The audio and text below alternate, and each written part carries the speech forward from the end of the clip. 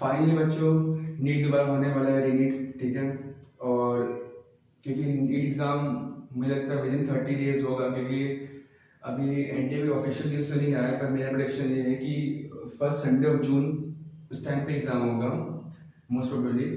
तो मैं ये बताना चाहूँगा स्टडी प्लान बना के चलो अपना, क्योंकि फर्दर बहुत दिक्कत जाएगी, स्टडी प्लान नहीं होगा तुम्हारे पास। क्योंकि अब क्या है कि थोड़ा बीच में गैप आ गया है, तो उस चक्कर में क्या है कि बहुत सारे लोग रिलैक्स कर गए होंगे, पर अभी यार फिर एग्ज़ाम होने वाला है, तुम लोगों का एग्ज़ाम देना पड़ेगा। तो मैं स्टार्ट करता हूँ कि कैसे हमें स्टडी प्लान रखना है 30 दिन के लिए, कि कैसे हम मैक्सिमम आउटपुट निकाल सकते हैं। तो जो होना था वो हो गया भाई, पेपर जो कि लीक हुआ, सब कुछ दिक्कतें हुई तुम लोगों को, पर फिर से एग्ज़ाम देना ही पड़ेगा। तो उसका स्टडी प्लान बताता हूँ कि कैसे एग्ज़ाम प्रिपेयर करेंगे 30 दिन के अंदर। हम लोग स्टार्ट करते हैं, ठीक है।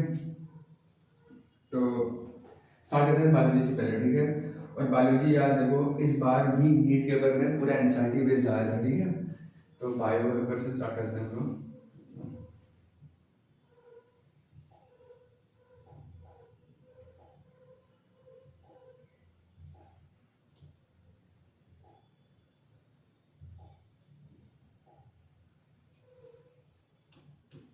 बायो पेपर से तो ये पूरा एनसीईआरटी बेस्ड आएगा, ठीक है। कोई भी ऑनलाइन मुझे कितना ही बोले कि नहीं यार रीड हो रहा है तो बहुत डिफिकल्ट पेपर आएगा, किसी की बात मत सुनना। देखो 8 से 10 क्वेश्चन तो बाहर से ही होंगे, पर वो बाहर से वो नहीं होंगे कि जो आउट ऑफ एनसीईआरटी होंगे, वो एग्जामिनर से होंगे, उसके वर्कबुक से होंगे, पर आउट ऑफ एनसीईआरटी कुछ नहीं जाएगा, ठीक है। और ये जानना आप लोग कि एनसीईआरटी आपकी मेन है, उसी पर स्टिक रहना। कोई कितना ही बोले कि नहीं ये बुक सॉल्व कर लो, ये बुक सॉल्व करो, नहीं, प्रीवियस है क्वेश्चन, एनसीईआरटी की लाइंस, ठीक है, प्लस उसके पीवाईक्यूज। आपने 2026 पेपर देखा होगा और उससे पहले पेपर देखा होगा, पूरी एनसीईआरटी की लाइनें ही आ रही हैं और लॉन्ग क्वेश्चंस आ रहे हैं एनसीईआरटी की, मतलब लंबी लंबी क्वेश्चन यहाँ से पढ़ने टाइम लग रहा है, उसको टाइम लग रहा है, उसका टाइम वेस्ट हो रहा है, तो फर्दर केमिस्ट्री बायोलॉजी पेपर में इतना बेस्ट नहीं दे पा रहा है, ठीक है। तो इस ट्रैप में मत फंसना कि नहीं हम एनसीईआरटी छोड़ के कुछ और पढ़ेंगे क्योंकि पेपर डिफिकल्ट आएगा। डिफिकल्ट पेपर आएगा पर सबके लिए डिफिकल्ट होगा, रिलेटिव डिफिकल्ट होगा, ठीक है। जहाँ 6 से नंबर का सिलेक्शन हो रहा होगा, अगर पेपर डिफिकल्ट आएगा तो 540 पे होगा, ठीक है, पर रैंक तो वही रहेगी ना। तो उससे परेशान मत होना कि हाँ मतलब हम कुछ और पढ़ने लगेंगे, टाइम वेस्ट बिल्कुल मत करना, बहुत कम टाइम है और मल्टी रिविजन करना है 30 दिन के अंदर ही अंदर, ठीक है। और मॉक टेस्ट देना है, उसकी बात नहीं करूंगा, ठीक है। अब आते हैं केमिस्ट्री पे। तो केमिस्ट्री में वो भी एनसीईआरटी से ही पढ़ना, क्योंकि केमिस्ट्री भी आपको पता है जब पूरी प्योर एनसीईआरटी आई थी, मैंने अपने चैनल पे दिखाया भी था एनालिसिस करके, एक एक पेज दिखाया था कि हाँ भाई एनसीईआरटी की ये लाइन से है, ये क्वेश्चन, ये एग्जाम्पल से यहाँ से उठ करके आपके इसमें एग्जाम में आया था। यहाँ भी एनसीईआरटी करना और उसकी भी एग्जाम्पल्स, एनसीईआरटी के एग्जाम्पल प्लस एनसीईआरटी के जो कि आपने एनसीईआरटी पढ़ रखी होगी बुक उसकी, तो उसी लाइन को पढ़ना है, इंपॉर्टेंट लाइन को अपनी। और नहीं पढ़ी तो मैं पढ़ाऊंगा 30 दिन के अंदर, या तो कोई ऑनलाइन यूट्यूब टीचर को देख सकते हो आप, ठीक है। बस मेन आपको सिलेक्शन करना है, ये जरूरी नहीं है कहीं से पढ़ रहे हो, पर पढ़ो एनसीईआरटी की लाइनें, ठीक है, वही चीजें आएंगी आपके लिए। तो इसकी लाइन्स हो गई और बैक के क्वेश्चंस,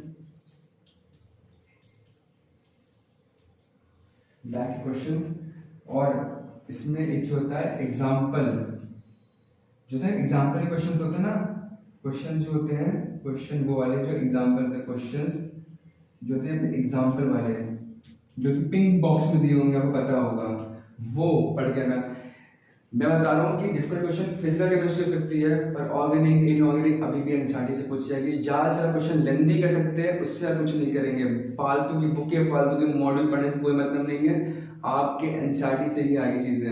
अगर पेपर डिफिकल्ट रहेगा वो सभी के लिए रहेगा, रिलेटिव में डिफिकल्ट रहेगा, ठीक है। एनटीए पेपर जब 25 में जब रीनीट हुआ था, पेपर डिफिकल्ट बना था, पर उस टाइम पे ऐसा नहीं कि आउट ऑफ प्रीवियस बॉक्स से पूछ रहा है, वो आपके ही सारे करिकुलम से था, जितना भी आपको बनता है सिलेबस उसी में से था, ठीक है। तो आगे देखते हैं।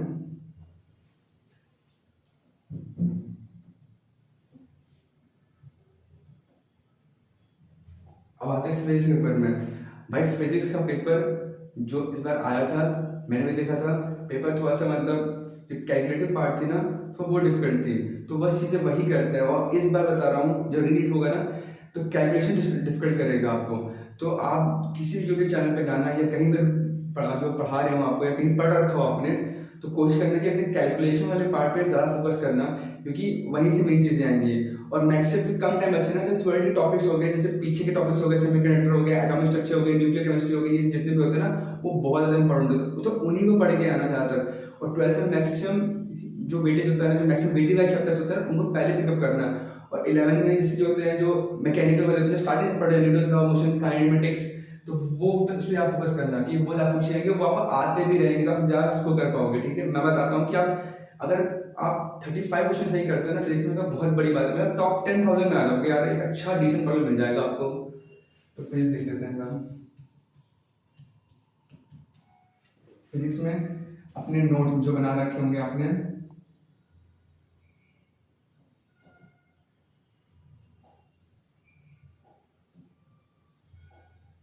फिजिक्स में जो नोट्स बना रखे होंगे आपने, अपने नोट्स जो क्लास नोट बना रखे होंगे, कहीं भी पढ़ाई की होगी आपने किसी भी इंस्टीट्यूट से या ऑनलाइन ऑफलाइन या घर पे, अपने नोट्स पहले रिवाइज करना, उसके फॉर्मूले प्लस उसके एग्जाम्पल जो आपने लिख रखे हैं, जो नोट्स के एग्जाम्पल होते हैं ना वो बहुत अच्छे होते हैं, क्योंकि एक टीचर सेलेक्ट करके ही कोई नोट्स के एग्जाम्पल देता है कि हाँ इसे रखो और ध्यान से समझो इस बात को। एग्जाम्पल जो हमें नोट्स के आते हैं उसको मल्टीपल टाइम रिविजन करो, बस यही चीज़ें आपको करनी पड़ेगी, अलग से कुछ मत करना, नहीं तो आपका टाइम वेस्ट होगा, टाइम वेस्ट होगा, पैनिक करोगे तो एग्जाम में खराब करके ही आओगे। ठीक है, तो मेरा यही कहना है कि आप कोशिश यही करना कि अपने नोट्स रिवाइज करना और उसके एग्जाम्पल रिवाइज करना, और फॉर्मूले को टिप्स करना कि फॉर्मूले को अपनी कैलकुलेशन पे मेन फोकस करना। मैं लिख देता हूँ अपनी कैलकुलेशन पे मेन फोकस स्टार्ट करता हूँ, क्योंकि ये आपको यहीं पे फंसाएगा कैलकुलेशन पे, आपका टाइम वेस्ट करेगा। वो क्या करेगा ना, बायोलॉजी में लेंथी कर देगा, बहुत सारे स्टेटमेंट दे देगा। ठीक है, और केमिस्ट्री में यही करेगा आपको, मतलब फिजिकल केमिस्ट्री ऑर्गेनिक केमिस्ट्री में खूब सारे रिएक्शन दे देगा, और फिजिकल में आपको बहुत न्यूमेरिकल दे देगा। और फिर फिजिक्स में मान लो आसान भी हुआ तब भी सॉल्व नहीं कर पाओगे, मान लो फिजिक्स को भी लेंथी कर दिया तो फिर वो कहते हैं ना डिफिकल्ट हो गया। डिफिकल्ट उससे कहते हैं यार, ये नहीं होता कि मतलब कि आप कहीं से क्वेश्चन ला के दे रहे हो तो वो डिफिकल्ट, वो डिफिकल्ट नहीं होता। अब आते हैं मॉक टेस्ट पे।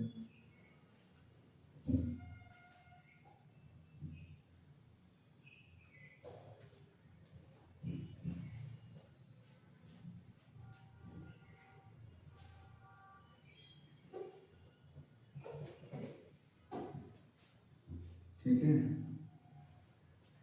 तो अब मॉक टेस्ट बात करते हैं हम लोग।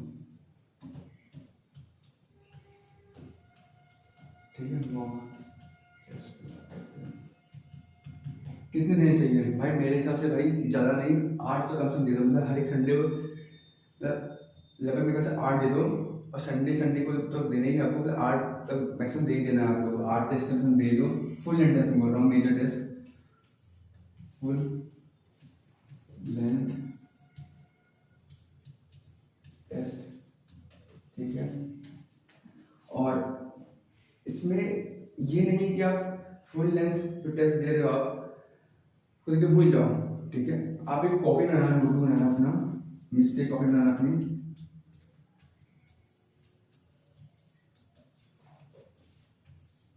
ठीक है, मिस्टेक कॉपी बनाना और उसके अंदर सारी चीजें लिखना। मैं कॉपी में 2 पेज होते हैं ना, इस तरीके से कॉपी होगी आप लोगों की, यहाँ पे लिखना कि हाँ ये क्वेश्चन है, क्वेश्चन नंबर ये, इसमें दिक्कत है, और यहाँ पे लिखना कि क्या मिस्टेक करेंगे। ठीक है, मिस्टेक लिखना कि हम मिस्टेक क्या करेंगे, क्या मिस्टेक करके उसको जैसे ऐसे लिख देना, क्या बोलते हैं इस तरीके से, जैसे ये आंसर लिख देना, मिस्टेक जोन। यहाँ ये क्वेश्चन पे मिस्टेक जोन हुआ था, और इसके नीचे इसका रीजन दे देना कि हाँ किस वजह से ये क्वेश्चन मुझसे गलत हुआ था।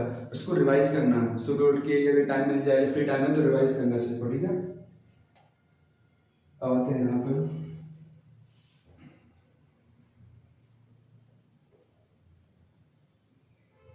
ठीक है, अब सबसे इम्पोर्टेंट चीज़ क्या होती है, जो लोगों ने, जब मैंने पूछा लोगों से, मैं सेंटर पे गया था पूछने के लिए कि हाँ मेन गलती क्या हुई इनसे, तो भाई सिटिंग प्लान।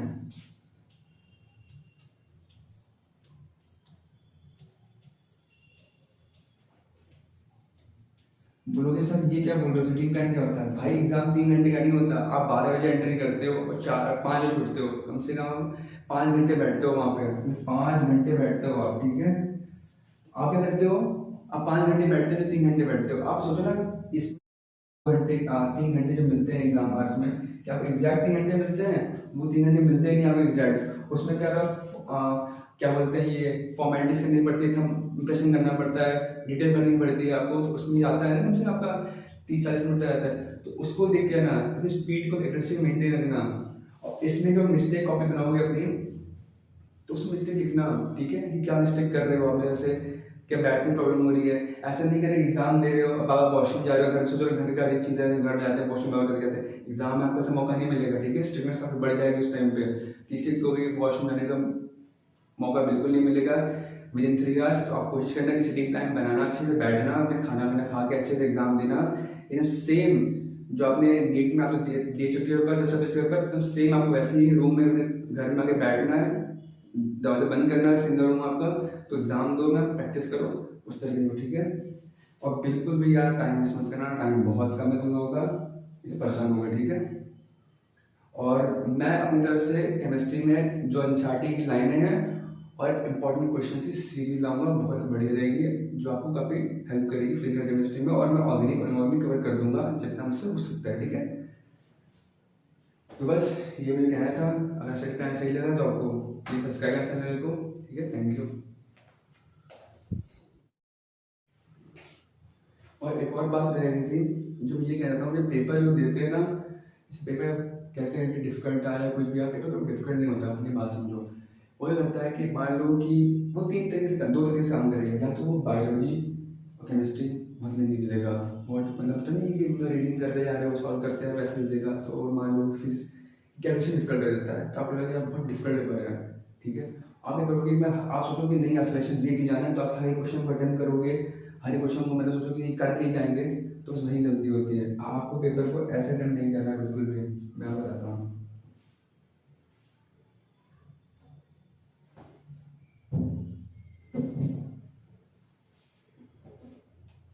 ठीक है। आप नीट का पेपर होगा, जो आपका पेपर होगा मॉक टेस्ट होगा, मॉक टेस्ट होगा, इसका राउंड में करना है, राउंड 1, राउंड 2, राउंड 3। आप लोगों से पता है पर यार यही गलती करते हो बार अपनों यार। जो इजी क्वेश्चन है, जो कि इजी है आपके, उन्हें पहले करना है, ठीक है, जल्दी से, बस होता है बस ऊपर ऊपर देते जाना कि हाँ ये क्वेश्चन है हमें करना है जल्दी सॉल्व, ठीक है। इसे मार्क्स मैक्सिमम गेन करना है आपको, ठीक है। फिर इसके बाद आपको इस राउंड पे जो मीडियम हो, ठीक है। और जो ये हार्ड क्वेश्चंस, ये आखिरी में अगर ये सॉल्व नहीं भी होगा ना, कोई दिक्कत नहीं है भाई, क्योंकि वो पेपर ऐसा सेट करेगा ना कि आप इन्हीं 2 क्वेश्चन से इतने मार्क्स लाओगे। देखो अगर 500 जो लोग, अगर नीट का पेपर दोबारा नहीं होता तुम्हारे 600 नंबर आपके आते हैं, ठीक है।